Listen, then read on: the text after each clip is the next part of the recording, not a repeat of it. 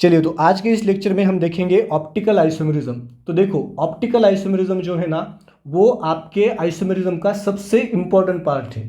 ठीक है, तो देखो हमें क्या करना है, ये जो पूरा ऑप्टिकल आइसोमेरिज्म है इसे हमें 40 to 50 मिनट्स में कंप्लीट करना है।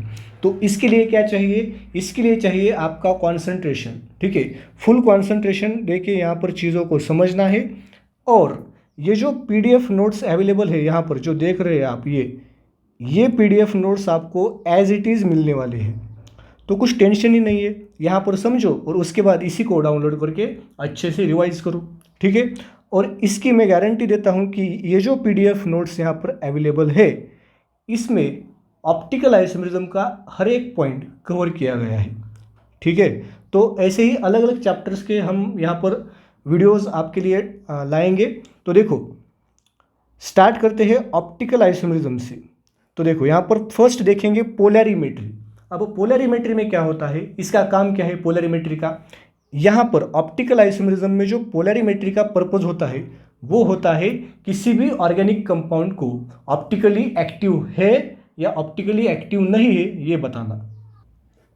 तो देखो क्या होता है पोलैरिमेट्री में, हम एक लाइट सोर्स लेते हैं। देखो ये है लाइट सोर्स, ये इसका नाम है सोडियम डी लैम्प। ये सबसे ज़्यादा यूज़ किया जाने वाला लाइट सोर्स होता है। ठीक है, the most commonly used light source is sodium D lamp.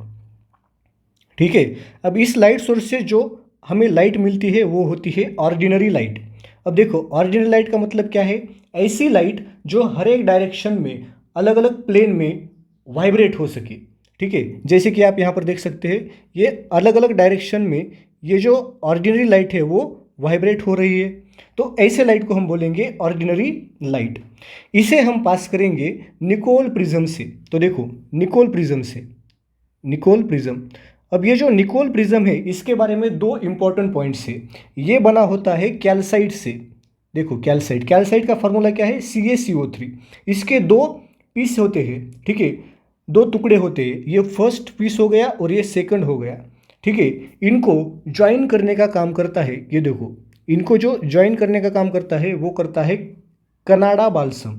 ठीक है, इसे प्रोनाउंस करने के तरीके अलग अलग हो सकते हैं, तो कनाडा बाल्सम कैसे भी आप प्रोनाउंस कर सकते हैं। ठीक है, तो सिर्फ यहाँ पर इतना इंपॉर्टेंट है, इसका काम क्या है, ये जो दो पीसेस होते हैं कैल्साइट के, इन दोनों को ज्वाइन करने का काम करता है कनाडा बाल्सम। ठीक है, तो ये पूरा हो गया निकोल प्रिज्म।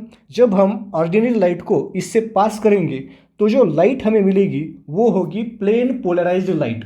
अब प्लेन पोलराइज्ड लाइट क्या होती है, ऐसी लाइट जो सिर्फ एक ही डायरेक्शन में वाइब्रेट कर सके, जैसे कि आप यहाँ पर देख सकते हैं। ठीक है, ये सिर्फ एक ही डायरेक्शन में ऑसिलेट कर रही है।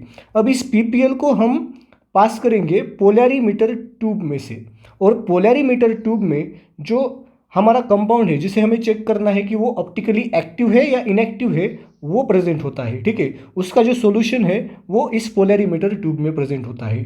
अब जब हम इस पीपीएल को इससे पास करेंगे तो ये पीपीएल तीन तरीके से बाहर आ सकती है। इसमें जो फर्स्ट है वो ये है, ये सेकंड है और ये थर्ड है। ठीक है, तीन पॉसिबिलिटीज है पीपीएल के बाहर आने के। पहली, वो एज इट इज़ आ सकती है।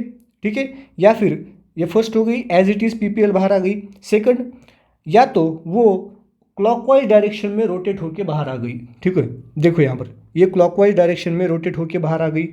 थर्ड कंडीशन क्या है, वो एंटी क्लॉकवाइज रोटेट होके बाहर आ गई। ठीक है, इन तीन तरीके से ये जो पीपीएल है वो बाहर आ सकती है इस पोलैरीमीटर ट्यूब से। ठीक है, अब देखो अगर ये PPL that is plane polarised light अगर एज इट इज़ बाहर आ गई तो जो कंपाउंड होगा वो ऑप्टिकली इनएक्टिव होगा। समझो, ठीक है, पोलैरिमेट्री का काम क्या है, कंपाउंड को बताना ऑप्टिकली इनएक्टिव है या ऑप्टिकली एक्टिव है। ठीक है, नेक्स्ट देखो, अगर मान लो वो क्लॉकवाइज रोटेट होके बाहर आ गई तो जो कंपाउंड होगा वो डेक्स्ट्रो रोटेटरी होगा। क्या होगा, डेक्स्ट्रो रोटेटरी। इसे हम रिप्रेजेंट करते हैं स्मॉल डी से या फिर प्लस साइन से।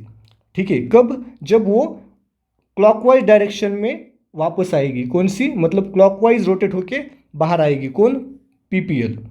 अगर मान लो यही पीपीएल एंटी क्लॉकवाइज डायरेक्शन में रोटेट होके बाहर आ गई तो वो कहलाएगी लिवो रोटेटरी। लिवो रोटेटरी, ठीक है, देखो laevo rotatory, that is small n से रिप्रेजेंट करते हैं या फिर माइनस साइन से भी रिप्रेजेंट करते हैं इसे हम, ठीक है। तो इस तरीके से हम पता कर सकते हैं कि कंपाउंड ऑप्टिकली इनएक्टिव होगा या फिर कंपाउंड ऑप्टिकली एक्टिव होगा। तो ये जो लिवो रोटेटरी है वो भी अगर ऐसी लाइट बाहर आ गई तो कंपाउंड ऑप्टिकली एक्टिव होगा, या फिर डेक्स्ट्रो रोटेटरी बाहर आ गई तो भी कंपाउंड एक्टिव होगा। लेकिन अगर एज इट इज बाहर आ गई ऐसे तो कंपाउंड ऑप्टिकली इनएक्टिव होगा, ठीक है। तो ये हो गया पोलरिमेट्री।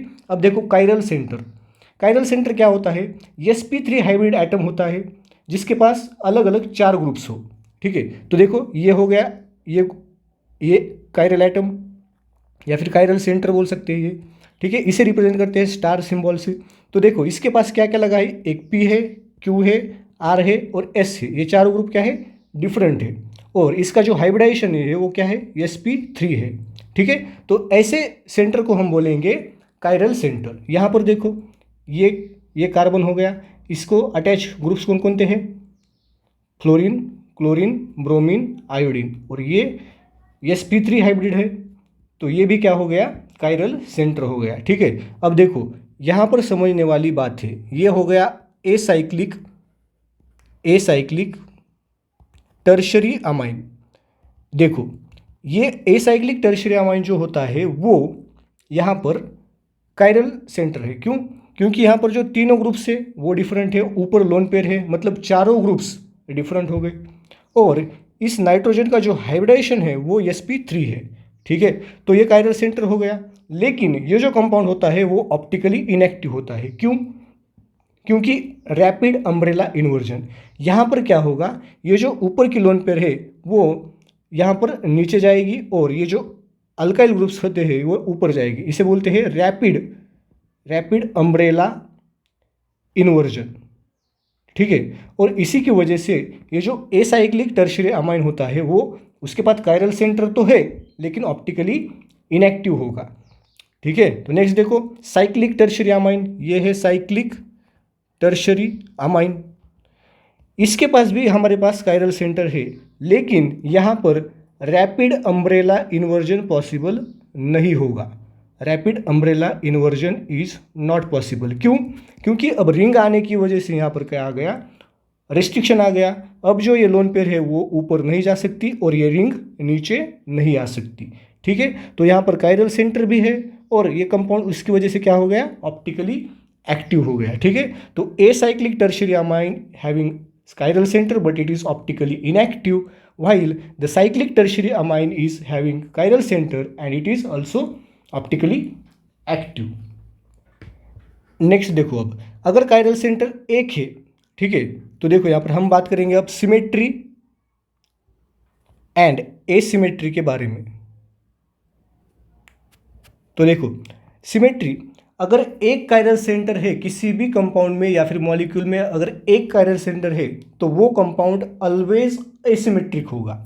देखो ये समझो, अगर किसी कंपाउंड में, देखो अगर किसी कंपाउंड में एक ही कायरल सेंटर है तो वो ऑलवेज एसिमेट्रिक होगा। देखो यहाँ पर ये कंपाउंड देखो, ये इसमें एक ही कायरल सेंटर है, किसमें, ये इसमें एक ही कायरल सेंटर है। अब यहाँ पर सिमेट्री प्रेजेंट है क्या, नहीं। किसी भी तरीके से जो अगर आप काटेंगे तो दो इक्वल हाफ्स हमें नहीं मिलेंगे। इसका मतलब ये यहाँ पर मॉलिक्यूल जो होगा वो कैसा होगा, एसिमेट्रिक होगा, ठीक है।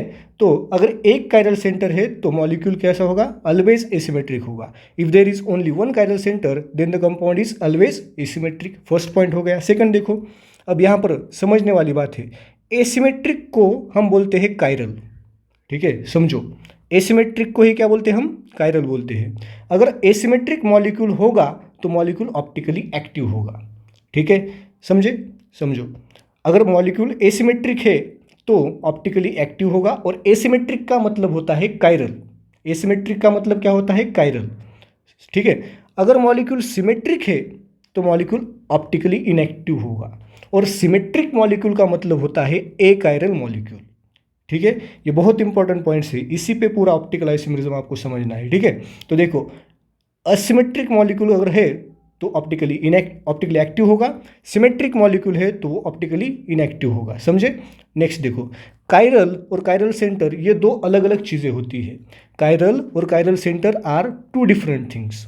कायरल मॉलिक्यूल का कायरल होना मतलब एसिमेट्रिक होना, ठीक है। मतलब अगर मॉलिक्यूल कायरल है तो मॉलिक्यूल ऑलवेज ऑप्टिकली एक्टिव होगा। समझो, अगर कायरल है तो ऑलवेज ऑप्टिकली एक्टिव होगा। क्यों? क्योंकि वो असिमेट्रिक होगा। लेकिन अगर मॉलिक्यूल के पास कायरल सेंटर है तो वो ऑप्टिकली एक्टिव भी हो सकता है या फिर ऑप्टिकली इनएक्टिव भी हो सकता है। ऐसा जरूर नहीं हो कि जिस मॉलिक्यूल के पास कायरल सेंटर है वो ऑप्टिकली एक्टिव भी हो। नहीं, अगर कायरल सेंटर है तो वो ऑप्टिकली एक्टिव भी हो सकता है और ऑप्टिकली इनएक्टिव भी हो सकता है। जैसे कि यहाँ पर हमने देखा, अब देखो इस टर्शरी एसाइक्लिक अमाइन में हमारे पास कायरल सेंटर तो है लेकिन कंपाउंड कैसा है? ऑप्टिकली इनएक्टिव है। ठीक है, इधर देखो यहाँ पर कायरल सेंटर है और ये कंपाउंड ऑप्टिकली एक्टिव है। ठीक है, तो ऑप्टिकल एक्टिविटी के लिए कायरल सेंटर का होना जरूरी नहीं है। ऑप्टिकल एक्टिविटी के लिए क्या जरूरी है? कायरल होना, मॉलिक्यूल का कायरल होना जरूरी है। और कायरल होना मतलब असिमेट्रिक होना। समझो, कायरल होना मतलब यहाँ पर देखो, कायरल होना मतलब मॉलिक्यूल का असिमेट्रिक होना। ठीक है, तो अगर मॉलिक्यूल कायरल है तो मॉलिक्यूल ऑलवेज असिमेट्रिक होगा और इसका मतलब ऑलवेज ऑप्टिकली एक्टिव होगा। तो chiral and chiral centre are two different things. समझे? नेक्स्ट देखो, इफ देर आर टू और मोर कायरल सेंटर्स, अगर दो या दो से ज़्यादा कायरल सेंटर्स है तो हमें सिमेट्री को चेक करना पड़ेगा। तो देखो इसकी चार पॉसिबिलिटीज़ है। ठीक है, ये हो गई first possibility, second, third and fourth. अब देखो सिमेट्री के कुछ एलिमेंट्स होते हैं। ये फर्स्ट होती है प्लेन ऑफ सिमेट्री, सेकंड होती है सेंटर ऑफ सिमेट्री। ये दो ही इंपॉर्टेंट है। तो देखो अगर इसमें चार पॉसिबिलिटी कैसे हो सकती है? मान लो फर्स्ट दोनों प्रेजेंट हो, मतलब प्लेन ऑफ सिमेट्री भी प्रेजेंट हो और सेंटर ऑफ सिमेट्री भी प्रेजेंट हो, ये फर्स्ट पॉसिबिलिटी। सेकंड, दोनों एब्सेंट हो। समझे? Next, plane of symmetry present हो, सेंटर ऑफ सिमेट्री एब्सेंट हो, ये third condition. Next, plane of symmetry absent हो और सेंटर ऑफ सिमेट्री प्रेजेंट हो। समझे? तो देखो यहाँ पर इसी पॉसिबिलिटी को हम देखना है। तो देखो अगर मान लो प्लेन ऑफ सिमेट्री में इन दोनों में से कोई भी एक सिमेट्री अगर प्रेजेंट है, कोई भी एक इन तीनों में से, तो मॉलिक्यूल सिमेट्रिक होगा। क्या होगा? सिमेट्रिक। और मॉलिक्यूल अगर सिमेट्रिक है तो वो ऑप्टिकली इनएक्टिव होगा। इसका मतलब सिमेट्रिक है, इसका मतलब क्या है? मॉलिक्यूल क्या होगा? ए कायरल होगा, ए कायरल। समझो, लेकिन ये मॉलिक्यूल के असिमेट्रिक होने के लिए एक ही कंडीशन है, वो है दोनों सिमेट्री एलिमेंट्स का अब्सेंट होना। ठीक है, अगर दोनों सिमेट्री एलिमेंट्स अगर अब्सेंट है तो इसका मतलब मॉलिक्यूल एसिमेट्रिक है, और अगर मॉलिक्यूल एसिमेट्रिक है तो इसका मतलब वो ऑप्टिकली एक्टिव होगा। ठीक है, और एसिमेट्रिक का मतलब क्या है? कायरल। मॉलिक्यूल क्या है? कायरल है। ठीक है, ये पॉइंट समझ में आ गया। तो ये अगर दो या दो से ज़्यादा कायरल सेंटर है तो। नेक्स्ट देखो, अब स्क्वायर प्लेनर एनवायरनमेंट। अब हमने ज्योमेट्रिकल आइसोमेरिज्म में पढ़ा था square planar environment and tetrahedral environment. अगर मॉलिक्यूल स्क्वायर प्लेनर एनवायरनमेंट में है तो उसके पास कौन सी molecular plane of symmetry present होगी, ये आपको याद करना है। अगर स्क्वायर प्लेनर एनवायरनमेंट है तो उसके पास always molecular plane of symmetry present होगी। इसकी वजह से इस कंपाउंड में ऑप्टिकल एक्टिविटी नहीं होगी क्योंकि सिमेट्री प्रेजेंट है। यहाँ पर क्या है? ये देखो मॉलिक्यूलर प्लेन ऑफ सिमेट्री, और यहाँ पर मॉलिक्यूलर प्लेन ऑफ सिमेट्री आने की वजह से ये पूरा कंपाउंड क्या हो गया? सिमेट्रिकल हो गया। क्या हो गया? सिमेट्रिकल। और मॉलिक्यूल अगर सिमेट्रिकल है तो यहाँ पर ऑप्टिकल एक्टिविटी आएगी क्या? नहीं, यहाँ पर क्या आएगा? ऑप्टिकली कंपाउंड इनएक्टिव हो गया क्योंकि सिमेट्री आ गई। ठीक है, तो ये समझना था। तो जो स्क्वायर प्लेनर एनवायरनमेंट में जो मॉलिक्यूल्स होते हैं वो क्या होते हैं? ऑप्टिकली इनएक्टिव होते हैं। ठीक है, तो देखो नेक्स्ट, अब हमें समझना है प्लेन ऑफ सिमेट्री क्या होता है और सेंटर ऑफ सिमेट्री क्या होता है। तो देखो प्लेन ऑफ सिमेट्री क्या है? An imaginary plane. ठीक है, an imaginary plane which bisect the molecule into two structures which are mirror images of each other.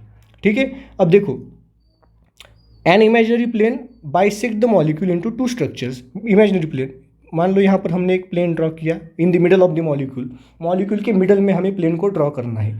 और जब हम प्लेन को ड्रॉ करेंगे तो हमें दो स्ट्रक्चर्स मिलेंगे, जैसे आप देख सकते हैं ये फर्स्ट स्ट्रक्चर हो गया और ये सेकंड स्ट्रक्चर हो गया। मान लो ये ए है, ये बी है। अब अगर ये दोनों आपस में मिरर इमेजेस होंगे तो प्लेन ऑफ सिमेट्री प्रेजेंट होगी। ठीक है, तो कैसे चेक करना है? तो देखो ये दोनों आपस में मिरर इमेजेस है, क्योंकि यहाँ पर CHO, देखो CHO H, ठीक है, यहाँ पर H OH OH, तो आपस में क्या है? मिरर इमेजेस है।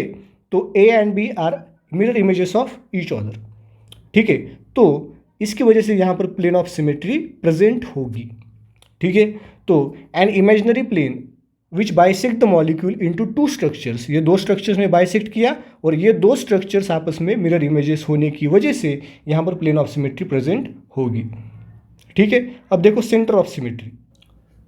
तो देखो it is point within the molecule from which line drawns to opposite side और opposite direction meet similar groups. Okay, similar groups at exactly the same distance. तो देखो यहाँ पर हम चेक करते हैं इस कंपाउंड के लिए, ये पॉइंट हो गया with in the molecule. Okay, point within the molecule from विच, जहाँ से हमें क्या करनी है? लाइंस को ड्रॉ करना है टू अपोजिट डायरेक्शन। तो देखो यहाँ से हमने ड्रॉ किया एक डायरेक्शन में और इसी के अपोजिट में हमने ऐसे ड्रॉ किया।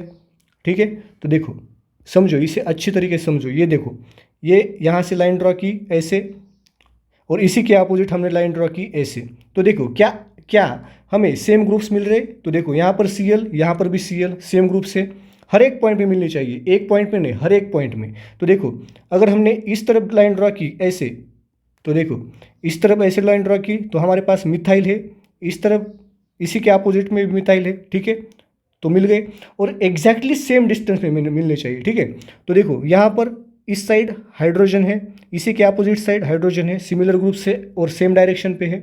इसके बाद इस साइड हाइड्रोजन है, ठीक है, और इस साइड इसके अपोजिट साइड हाइड्रोजन है और दोनों ग्रुप्स क्या है? सेम डिस्टेंस पे प्रेजेंट है, दोनों ग्रुप सिमिलर है, सेम डिस्टेंस पे प्रेजेंट है। तो इसकी वजह से यहाँ पर ये जो सेंटर है, यहाँ पर ये सेंटर ऑफ सिमेट्री प्रेजेंट होगी इस मॉलिक्यूल के लिए। ठीक है, तो ऐसे चेक करना है आपको centre of symmetry and plane of symmetry. अब इसके लिए देखो यहाँ पर ये हो गया आपका point from which we have to start drawing the lines.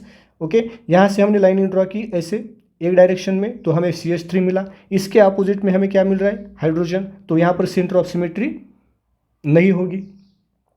ठीक है, तो इस मॉलिक्यूल में देखो इस लाइन से, इस पॉइंट से हमने लाइन ड्रॉ की ऐसे, तो मिथाइल मिला, इधर मिथाइल सेम डायरेक्शन में, सॉरी अपोजिट डायरेक्शन में मिथाइल मिला, इधर गए हाइड्रोजन मिला, इधर आए इधर भी हाइड्रोजन था। ठीक है, इधर हाइड्रोजन है, तो इस कंपाउंड में सेंटर ऑफ सिमेट्री प्रेजेंट होगी। ऐसे आपको चेक करना है plane of symmetry and centre of symmetry. अब देखो यहाँ पर चेक करना है प्लेन ऑफ सिमेट्री प्रेजेंट है या नहीं इन मॉलिक्यूल्स में। तो देखो इस मॉलिक्यूल में देखो, तो ये क्या है? कायरल कार्बन है। ठीक है, और अगर कायरल कार्बन है तो मॉलिक्यूल ऑलवेज असिमेट्रिक होगा, ये हमने अभी पढ़ा था। ठीक है, तो देखो यहाँ पर अगर मॉलिक्यूल कायरल है, मतलब अगर कायरल सेंटर है, एक कायरल सेंटर है, तो वो क्या होगा? ऑलवेज असिमेट्रिक होगा। तो इस मॉलिक्यूल में एक ही कायरल सेंटर है, एक ही कायरल सेंटर होने की वजह से यहाँ पर सिमेट्री अब्सेंट होगी, सिमेट्री अब्सेंट होगी, यानी कि मॉलिक्यूल एसिमेट्रिक होगा। ठीक है, समझे? नेक्स्ट देखो, अब मान लो इस सेकंड कंपाउंड में देखो फ्लोरीन, फ्लोरीन यहाँ पर कायरल कार्बन है क्या? मतलब कायरल सेंटर है क्या? नहीं। क्यों? क्योंकि ये जो एटम है ये sp3 हाइब्रिडाइज तो है, लेकिन इसके पास सभी ग्रुप्स डिफरेंट नहीं है, दो ग्रुप्स क्या है? सिमिलर ग्रुप्स है। ठीक है, तो इसकी वजह से यहाँ पर कायरल सेंटर नहीं होगा। अब यहाँ पर फ्लोरीन को हमने एक प्लेन में लिया, तो ये जो दो क्लोरीन है ये आपस में क्या है? मतलब सिमिलर ग्रुप्स है ना, ये देखो ये दो सिमिलर ग्रुप्स मिल रहे, तो इसकी वजह से यहाँ पर प्लेन ऑफ सिमेट्री प्रेजेंट होगी। नेक्स्ट देखो यहाँ पर इसी को हमने क्या किया? एक प्लेन कंसिडर किया ऐसे, तो यहाँ पर भी क्लोरीन मिल रहा है, यहाँ पर भी क्लोरीन, तो सिमेट्री प्रेजेंट है। ठीक है, नेक्स्ट देखो, अब यहाँ पर ये देखो ये क्या है? इधर carbon, double bond carbon, double bond carbon और यहाँ पर Cl। इसको देखो यहाँ पर ये कैसे प्रेजेंट होगा? इसका जो एनवायरनमेंट है वो है यहाँ पर, अगर ये दोनों मान लो XY प्लेन में है तो ये जाएगा XZ में, ये जाएगा XY में और ये फिर से जाएगा XZ में। ठीक है, तो आपस में क्या है? परपेंडिकुलर है, परपेंडिकुलर है ठीक है, first plane and last plane अगर परपेंडिकुलर है तो इसका मतलब एनवायरनमेंट कौन सा है, टेट्राहेड्रल। और अगर टेट्राहेड्रल एनवायरनमेंट होगा तो पहले जो दो मॉलिक्यूल्स, दो एटम्स है, इनका प्लेन अलग होगा, मतलब ये प्लेन कुछ अलग होगा, तो इसको हम एक प्लेन में कंसिडर करेंगे। और ये जो आगे का मॉलिक्यूल है इसे हम ऐसे ब्रेक करेंगे। ठीक है, तो हमें सिमेट्री मिल रही है क्योंकि यहाँ पर हाइड्रोजन, हम यहाँ पर हाइड्रोजन। ठीक है, तो यहाँ पर प्लेन ऑफ सिमेट्री प्रेजेंट है। ऐसे समझना है, पहले आपको टेट्राहेड्रल एनवायरनमेंट चेक करना है। अगर टेट्राहेड्रल एनवायरनमेंट है तो एक वेज में होगा, एक डैश में होगा। ठीक है, और वेज और डैश वाले एटम्स को आपको एक प्लेन में कंसिडर करना है। ठीक है, और आगे आगे वाला जो मॉलिक्यूल है उसको ब्रेक करना है। इधर देखो, इधर भी क्या है, डैश और वेज में है, तो इसको, इन दोनों को हम एक प्लेन में कंसिडर करेंगे और यहाँ से ऐसी लाइन ड्रॉ करनी है। तो ये हाइड्रोजन, ये सिमिलर ग्रुप्स मिल रहे हैं, इसकी वजह से यहाँ पर प्लेन ऑफ सिमेट्री प्रेजेंट होगी। ठीक है, अब देखो यहाँ पर इन दोनों को एक प्लेन में कंसिडर करो, ये डैश में है। ठीक है, ये दो जो एटम्स है इनको हमने एक ही प्लेन में कंसिडर किया। अब हमने ऐसी लाइन ड्रॉ की, क्या हमें सिमिलर ग्रुप्स मिल रहे, नहीं। ऊपर क्या है, मिथाइल, नीचे क्या है, हाइड्रोजन, तो प्लेन ऑफ सिमेट्री प्रेजेंट नहीं होगी। इसी कंपाउंड्स में आपको सेंटर ऑफ सिमेट्री भी चेक करनी है। सेंटर ऑफ सिमेट्री तो यहाँ पर अब्सेंट होगी, क्यों, क्योंकि यहाँ पर ये देखो, ये हो गया आपका सेंटर ऑफ पॉइंट। ठीक है, पॉइंट ऑफ सेंटर। ठीक है, अब यहाँ से इधर चले तो हाइड्रोजन मिल रहा है, इधर कुछ नहीं है क्योंकि ये जो डैश, ये जो वेज वाला स्ट्रक्चर है, वेज वाला हाइड्रोजन है इधर, तो ये ऊपर है। ठीक है, और ऊपर होने की वजह से यहाँ पर कुछ नहीं मिल रहा है, तो सेंटर ऑफ सिमेट्री इतना मैटर नहीं करेगा, यहाँ पर नहीं प्रेजेंट है। यहाँ पर देखो, यहाँ पर ये होगा सेंटर, इधर से ऊपर की तरफ, मतलब राइट हैंड साइड में चले तो मिथाइल मिल रहा है, लेकिन इधर आए मिथाइल तो है लेकिन कहाँ है, ऊपर है, ऊपर। इसका मतलब क्या होता है, इस डैश मतलब वेज लाइन का मतलब होता है about the plane, about the plane, मतलब ये बोर्ड के प्लेन के अबाउ है। मिथाइल तो बोर्ड के प्लेन में है, लेकिन जो ये मिथाइल है ये ऊपर की तरफ है। ठीक है, तो इस मिथाइल के अपोजिट डायरेक्शन में हमें कुछ नहीं मिल रहा, तो सेंटर ऑफ सिमेट्री यहाँ पर प्रेजेंट नहीं होगी। ठीक है, तो यहाँ पर देखो, इधर देखो, इस कंपाउंड के लिए यहाँ पर अब हम डायरेक्टली ये जो स्ट्रक्चर है इसे डायरेक्टली हमें क्या करना है, देखो यहाँ पर ये हो गया एक प्लेन में एक्स वाई, ये एक्स जेड, ये एक्स वाई, ये एक्स जेड, और ये फिर से एक्स वाई। तो देखो ये जो एनवायरनमेंट है वो एनवायरनमेंट कौन सा है, स्क्वायर प्लेनर एनवायरनमेंट है।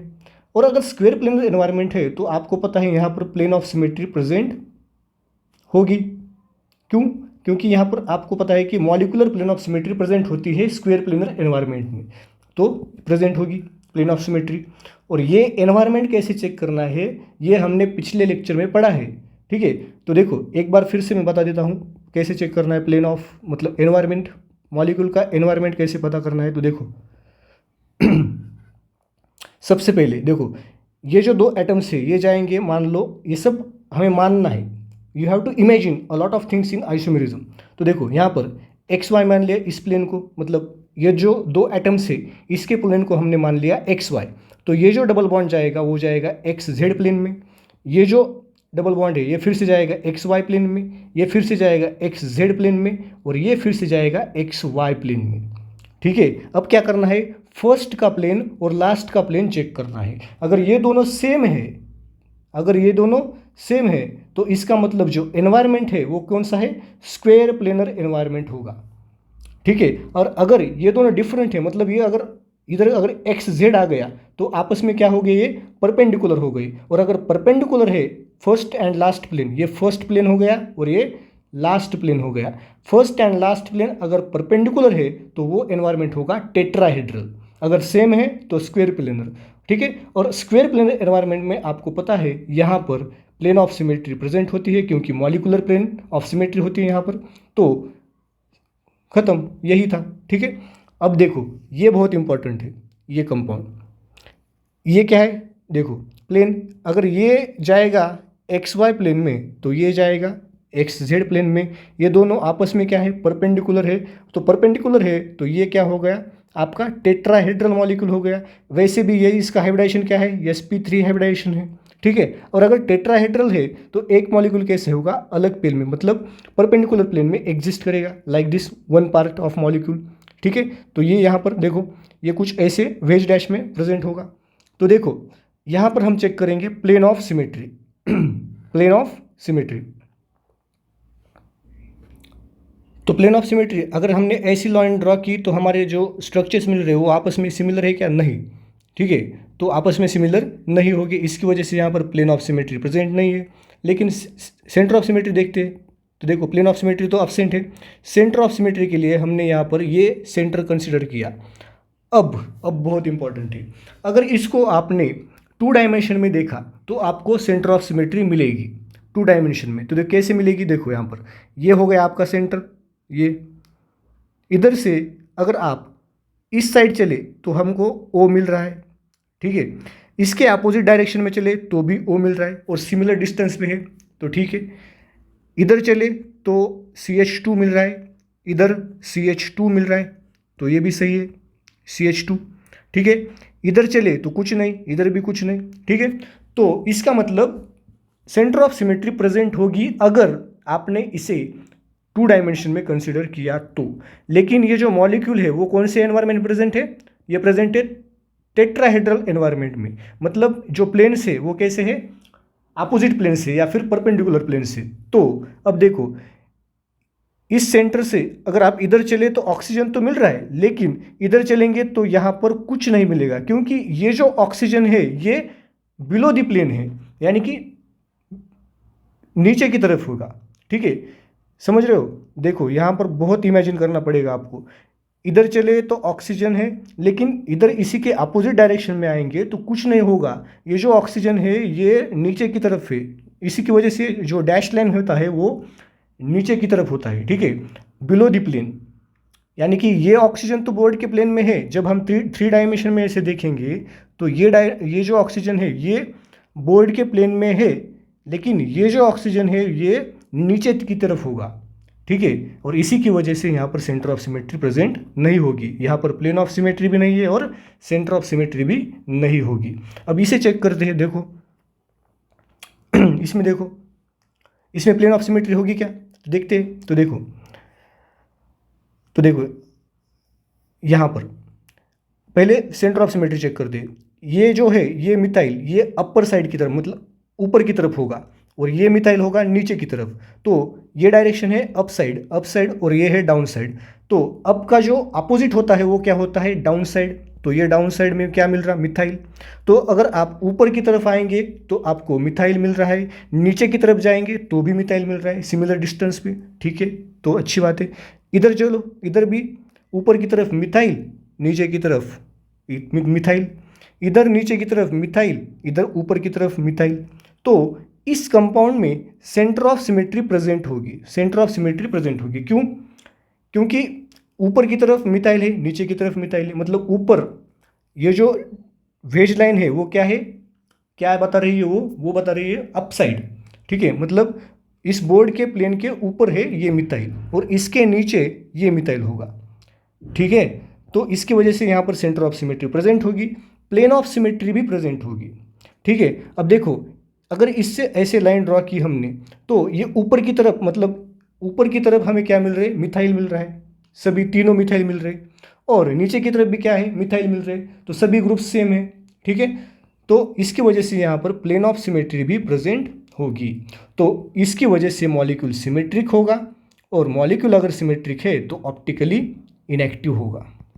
ठीक है, अब देखो इस कंपाउंड में देखो, यहाँ पर देखो, इधर देखो ये CH3 है। ठीक है, तो देखो इस कंपाउंड के लिए अब अगर ऊपर की तरफ गए हम तो मिथाइल मिल रहा है, नीचे की तरफ मिथाइल है, ओके कोई प्रॉब्लम नहीं।